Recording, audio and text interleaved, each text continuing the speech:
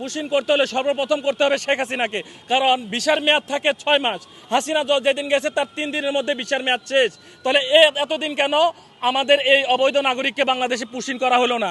চারপাশে কাটা তার দিয়ে বেড়া দিয়ে রেখেছেন। এখন আন্তর্জাতিক যে আইন, যে 150 কিলোমিটার দুই দেশে যে শূন্য রেখা থাকবে, 150 মিটারের ভিতরে কোনো প্রকার কারো একক বেড়া থাকতে পারবে না।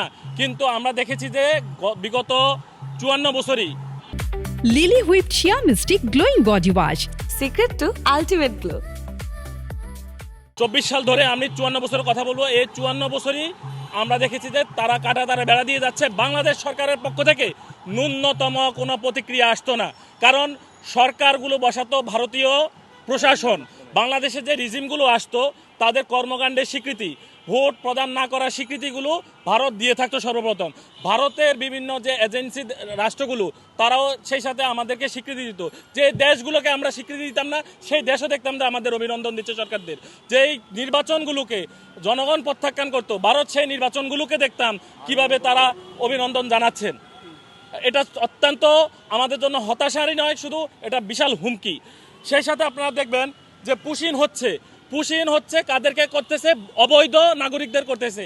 কিন্তু অবৈধ নাগরিকদের পুশিন করতে হলে সর্বপ্রথম করতে হবে শেখ হাসিনাকে, কারণ ভিসার মেয়াদ থাকে 6 মাস। হাসিনা যেদিন গেছে তার 3 দিনের মধ্যে ভিসার মেয়াদ শেষ। তাহলে এতদিন কেন আমাদের এই অবৈধ নাগরিককে বাংলাদেশে পুশিন করা হলো না? শুভেন্দুকে বলবো যে আপনি সর্বপ্রথম হাসিনা দিদিকে আপনার পুশিন করুন। এইভাবে আমরা শূন্য রেখা হাসিনাকে ফেলে রাখবো না। আমরা আদর আপ্যায়ন করে নাজিমুদ্দিন রোডে হাসিনাকে নিয়ে আসবো।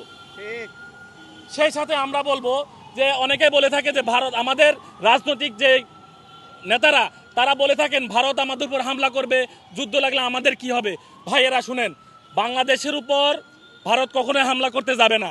কেন যাবে না? চীন, পাকিস্তান এগুলো না। ভারত একটা টেরোরিস্ট কান্ট্রি। আমরা মনে করি শুধু ভারত মুসলমানদের উপর নির্যাতন করে, তা না। ভারত একটা বর্ণবাদী কান্ট্রি, বর্ণবাদী দেশ।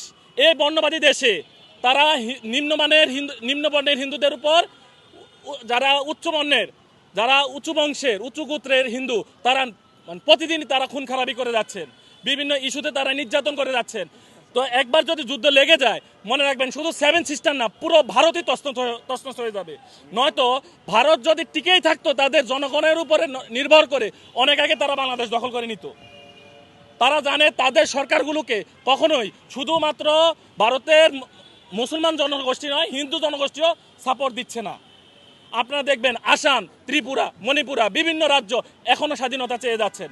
আরও বেশি হচ্ছে ভারত থেকে ইসরায়েলের কূটনীতিক যে এটা বলছিল যে বাংলাদেশে হামাসের উপস্থিতি আছে।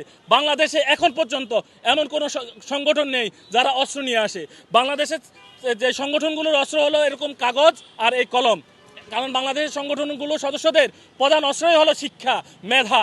আর ভারতের সংগঠনগুলো দেখবেন যে মানুষের উপর তারা এত বেশি অত্যাচার করে, তারা সশস্ত্র সংগঠন হয়েছে। বিভিন্ন রাজ্যে সশস্ত্র সংগঠন আছে কিনা ভাই বলেন? সকল রাজ্যে তাদের সশস্ত্র জঙ্গি গোষ্ঠী আছে। সেই জঙ্গি গোষ্ঠীগুলোকে তারা কিভাবে নিয়ন্ত্রণ করবে, তার জন্য পার্শ্ববর্তী দেশগুলোর উপর তারা নিয়ন্ত্রণ চালায়।